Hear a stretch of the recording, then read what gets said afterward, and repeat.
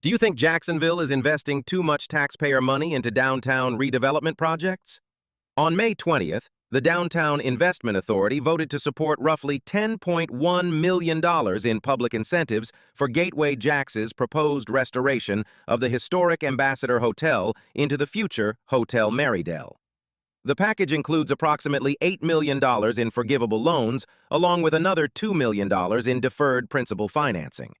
But alongside the optimism surrounding the project, concerns continue growing both inside and outside the DIA boardroom over the scale of taxpayer subsidies and the financial structure behind Gateway's rapid expansion.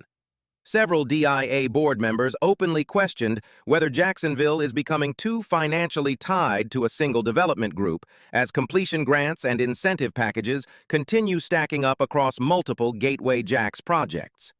Critics warn the city could face growing exposure if financing conditions weaken, projects slow, or market conditions shift.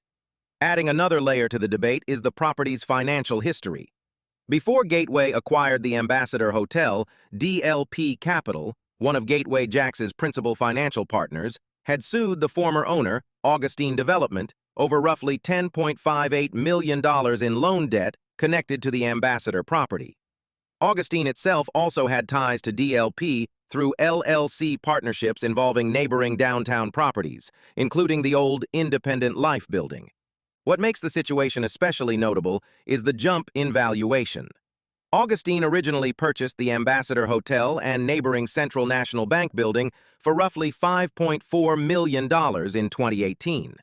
Then, in 2025, Gateway JAX, through 420 Julia Street, LLC, paid approximately $17 million for the same property package, more than $10 million above the earlier acquisition price. Now comes the coincidence critics are increasingly pointing to. The DIA board has approved roughly $10 million in largely forgivable public incentives for the same project, an amount strikingly similar to the debt DLP Capital had previously pursued against the former ownership group. So critics are beginning to ask whether that similarity is simply a coincidence tied to redevelopment economics, or whether taxpayer-backed incentives effectively helped offset debt exposure that had already been rolled into Gateway's balance sheet through the acquisition.